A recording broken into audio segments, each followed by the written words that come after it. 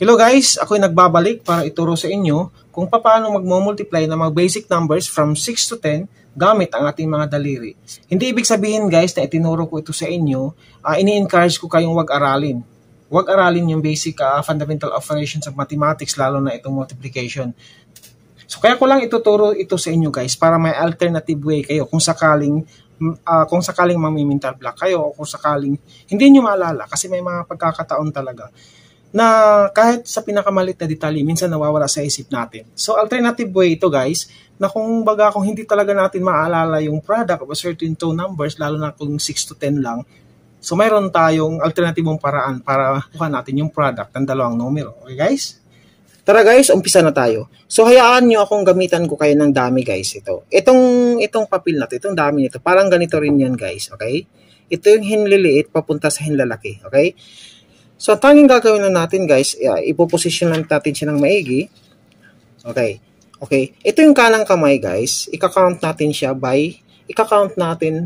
ito as 6, 7, 8, 9, 10. Kasi sa tutorial na to, ang ituturo ko sa inyo is kung paano mag-multiply ng numero from 6 to 10. So, 6, 7, 8, 9, and 10.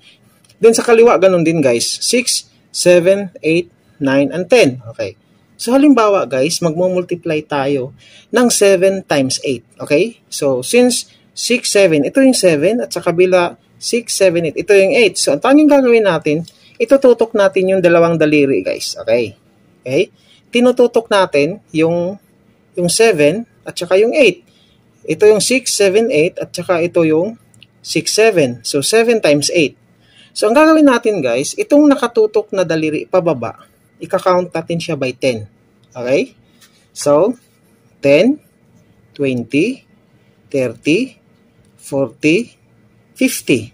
So, tandaan nyo guys, 50 ito galing sa nakatutok na daliri pababa, 50. Yung sa upper fingers guys na naiwan, itong right at saka yung left, i-multiply na natin. So, itong natira, ika-count natin as 1. So, 1, 2, and 3.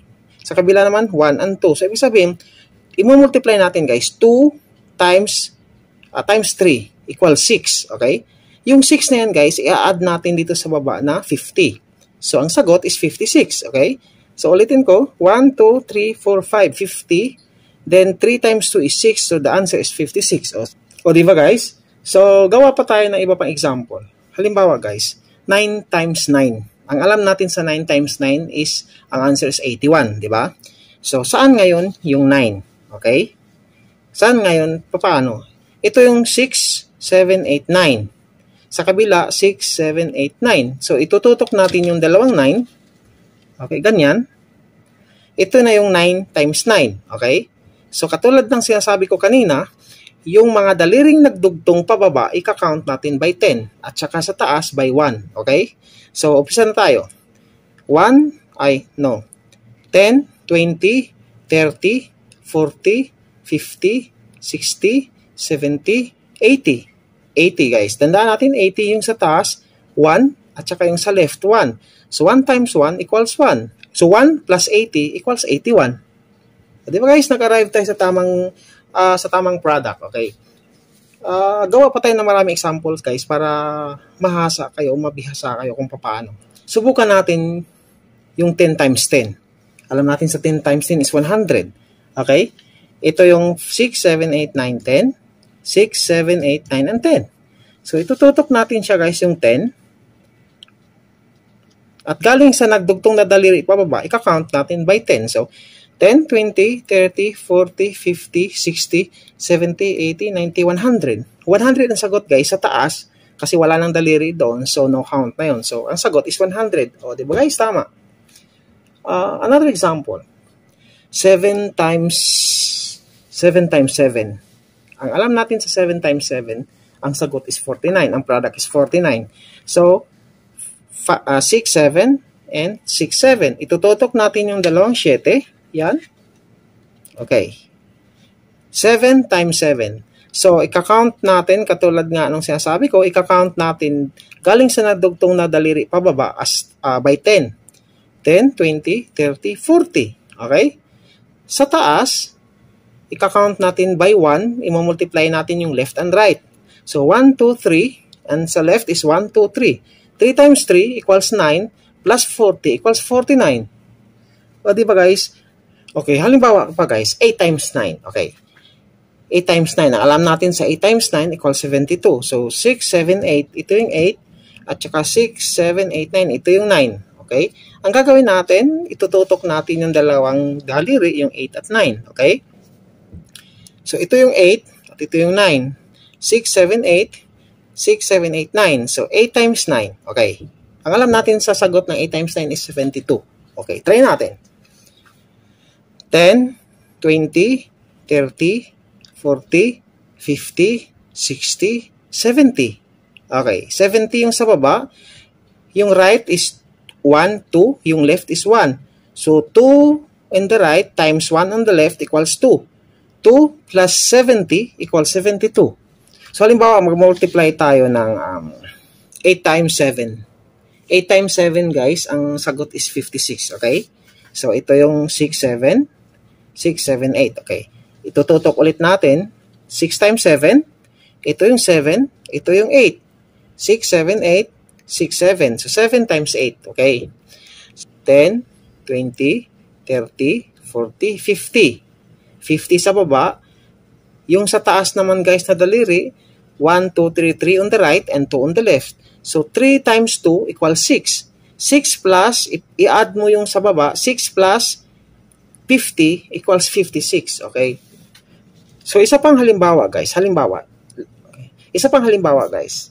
Sa halimbawa, 6 times 9. Ang alam natin sa 6 times 9, ang sagot is 54. Okay? So, ito yung 6. Okay? Ito yung 6 at ito yung 9. 6, 7, 8, 9. Ito yung 9. So, ang 6 at 9, pagdudugtungin natin, guys, ayan. Ayan. 6 times 9. Ito yung 6 at ito yung 9. So, bibilangin natin, guys, galing sa nagdugtong na daliri, pababa, ikakaano natin by 10. So, 10, 20, 30, 40, 50. Okay? Kaya yung sa taas, guys, on the right, meron tayong 4. So, 1, 2, 3, 4. At on the left, meron tayong 1. So, 4 times 1 equals 4. I-add natin siya sa baba, guys, which is 50. 10, 20, 30, 40, 50. 50 plus 4 equals 54. So, ang sagot, guys, is 54. O, diba, guys? Tama. Isa pang halimbawa, guys, gamitan na natin na actual ko ng mga daliri, okay? Halimbawa, daliri ko, guys. Sorry kung marumi.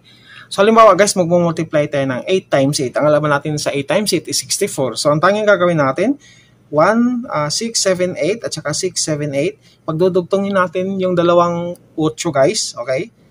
So, ika-count natin by 10 itong nasa baba. So, 10, 20, 30, 40, 50, 60.